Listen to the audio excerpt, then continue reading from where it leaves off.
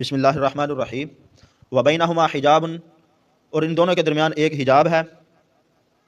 व अलल आराफि रिजालुन यारिफून कुल्लम बिसीमाहुम, और इराफ पर कुछ मर्द होंगे जो हर एक जन्नती को या दोज़खी को उसकी अलामत से पहचानेंगे।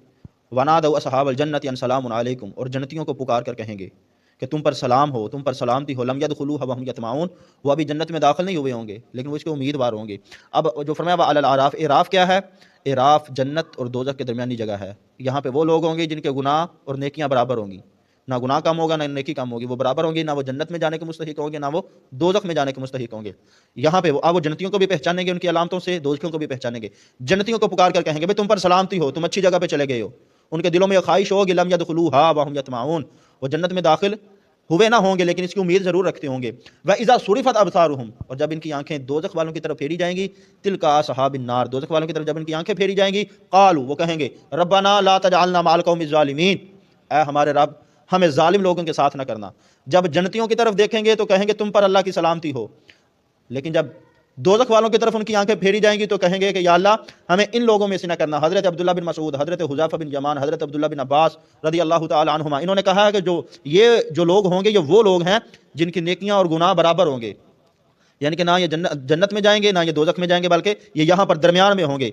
और फरमाया वनादा असहाबुल आराफ़ रिजालुन यारिफूनहुम बिसीमाहुम, और असहाबुल आराफ़ जिन दोज़खियों को इनकी अलामतों से पहचानते थे, इनसे पुकार कर कहेंगे क़ालू मा अग़ना अन्कुम जमउकुम वमा कुन्तुम तस्तकबिरून, तुम्हारी जमात ने तुमको अज़ाब से नहीं छुड़ाया और ना इस ने जिसकी वजह से तुम तकब्बुर करते थे, यानी कि तुम्हारा माल जिसकी वजह से तुम तकब्बुर करते थे उसने तुम्हें नहीं, तुम्हारी जो तुम्हारी गिरफ्त हुई है, जो तुम्हें अज़ाब मिल रहा है, इसे तुम्हें नहीं छुड़ाया।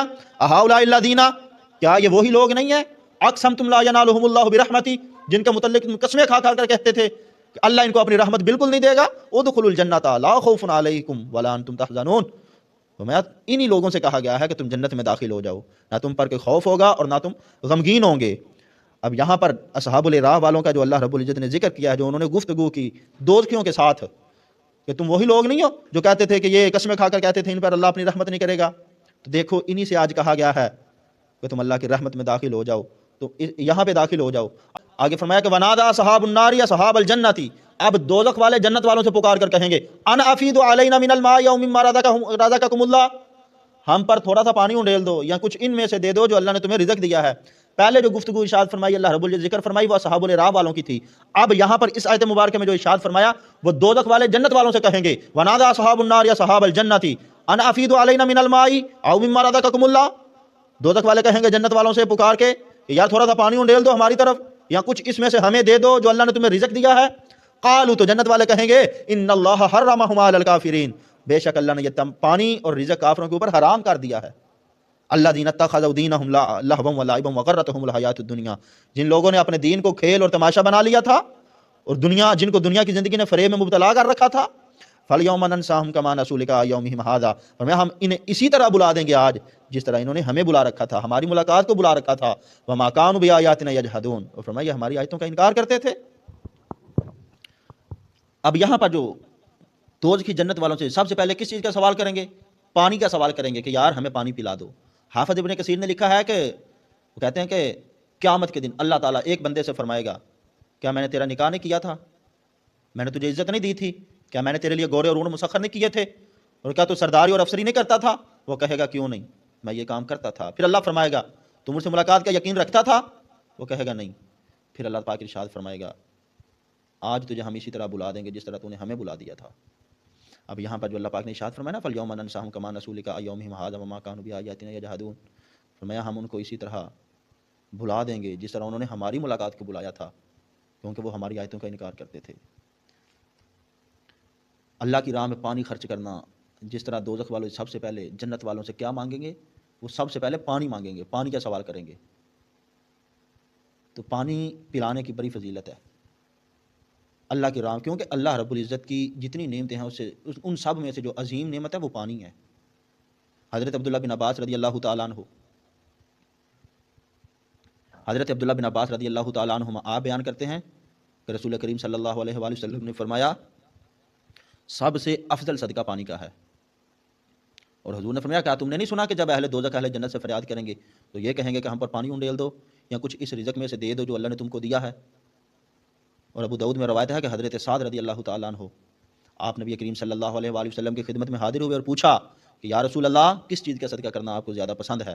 تو آپ صلی اللہ علیہ وسلم نے ارشاد فرمایا پانی کا۔ حضرت سعد بن عبادہ رضی اللہ تعالیٰ عنہ آپ بیان کرتے ہیں کہ انہوں نے عرض کی یا رسول اللہ سعد کی والدہ فوت ہو گئی ہیں تو کس چیز کا صدقہ کرنا افضل ہے؟ تو آپ نے فرمایا پانی کا۔ تو حضرت سعد نے کنواں کھدوا دیا اور کہا یہ سعد کی ماں کے لیے ہے۔ حضرت ابو ہریرہ رضی اللہ تعالیٰ عنہ آپ بیان کرتے ہیں کہ نبی کریم صلی اللہ علیہ وآلہ وسلم نے فرمایا، حضور نے فرمایا ایک شخص جا رہا تھا کہ اس کو بہت شدید پیاس لگی تھی، تو اس نے کنویں میں اتر کر پانی پیا، تو اس نے دیکھا کہ ایک کتا پیاس کی وجہ سے کیچڑ چاٹ رہا ہے، تو اس نے سوچا یار جس طرح مجھے پیاس لگی ہے اسی طرح اس کتے کو بھی پیاس لگی ہوگی، تو اس نے کنویں میں اتر کر حضور فرماتے ہیں اس نے کنویں میں اتر کر اپنے موزے میں پانی بڑھا، پھر باہر آ کر اس موزے سے کتے کو پانی پلایا۔ اللہ تعالیٰ نے اس کے اس عمل کو قبول فرمایا اور اس کو بخش دیا۔ صحابہ نے پوچھا یا رسول اللہ کیا جانوروں کے ساتھ نیکی کرنے کا بھی اجر ملتا ہے؟ تو نبی کریم صلی اللہ علیہ وسلم نے ارشاد فرمایا ہر تر جگر کے ساتھ نیکی کرنے میں اجر ہے۔ اور حضرت ابو ہریرہ رضی اللہ تعالیٰ عنہ یہ بخاری شریف کی حدیث ہے، آپ فرماتے ہیں آپ بیان کرتے ہیں کہ ایک کتا کنویں کے مڈیر کے گرد گھوم رہا تھا جس کو پیاس نے ہلاک کر دیا تھا۔ اچانک بنی اسرائیل کی ایک فحشہ عورتوں میں سے ایک عورت نے اس کو دیکھ لیا، اس نے اپنا موزہ اتارا اور اس میں پانی بھر کر اس کو پلایا، اسی وجہ سے اللہ رب العزت نے اس عورت کو بخش دیا۔ حضرت عائشہ صدیقہ رضی اللہ تعالیٰ عنہ آپ بیان کرتی ہیں کہ نبی کریم صلی اللہ علیہ وآلہ وسلم نے فرمایا جس جگہ پانی دستیاب ہو وہاں کسی شخص نے کسی مسلمان کو ایک گھونٹ پانی پلایا تو گویا اس نے ایک غلام کو آزاد کر دیا۔ اور حضور فرماتے ہیں جس جگہ پانی دستیاب نہ ہو، پانی موجود نہ ہو، وہاں کسی شخص نے کسی مسلمان کو پانی پلایا تو گویا اس نے اس مسلمان کو زندہ کر دیا۔ پانی پلانے کا اتنا اجر ہے۔ مرثد بن عیاض بیان کرتے ہیں کہ ایک شخص نے نبی کریم صلی اللہ علیہ وآلہ وسلم سے سوال کیا یا رسول اللہ مجھے وہ عمل بتلائیے جو مجھے جنت میں داخل کر دے۔ تو آپ نے پوچھا کیا تمہارے والدین میں سے کوئی ایک زندہ ہے؟ اس نے کہا نہیں۔ آپ نے کئی بار یہ سوال کیا، پھر نبی علیہ السلام نے فرمایا تم پانی پلاؤ۔ اس نے کہا میں کیسے پانی پلاؤں؟ عرض کی میں کیسے پانی پلاؤں؟ نبی کریم صلی اللہ علیہ وآلہ وسلم نے فرمایا جب لوگوں کے پاس پانی ہو تو ان کو پانی کا آلہ مہیا کر دو، اور اگر جب ان کے پاس پانی نہ ہو تو ان کو پانی لا کر دو۔ حضرت انس بن مالک رضی اللہ تعالیٰ عنہ آپ بیان کرتے ہیں کہ نبی کریم صلی اللہ علیہ وآلہ وسلم نے فرمایا حضور نے فرمایا دو شخص جنگل میں سفر کر رہے تھے، ایک عابد تھا دوسرا گناہگار تھا۔ تو حضور نے فرمایا عابد کو سخت پیاس لگی اور وہ بے ہوش ہو کر گر گیا، اس کے ساتھی کے پاس ایک ڈول تھا جس میں پانی تھا۔ اب وہ دل میں کہنے لگا با خدا اگر یہ نیک بندہ مر گیا جبکہ میرے پاس پانی تھا تو میں کبھی خیر حاصل نہیں کر سکوں گا۔ تو حضور فرماتے ہیں اس نے کہا اگر میں اس کو اپنا پانی پلا دوں تو یقیناً پھر میں مر جاؤں گا۔ پھر اس نے اللہ پر توکل کیا اور اس کو پانی پلانے کا عزم کر لیا۔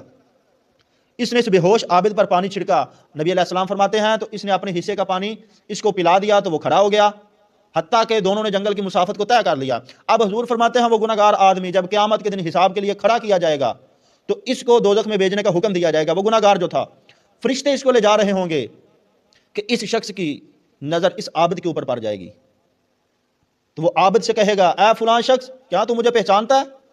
عابد نے پوچھا بھئی تو کون ہے؟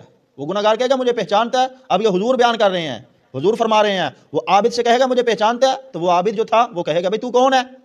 وہ کہے گا میں وہ شخص ہوں جس نے جنگل کے دن تم کو اپنے اوپر ترجیح دی تھی۔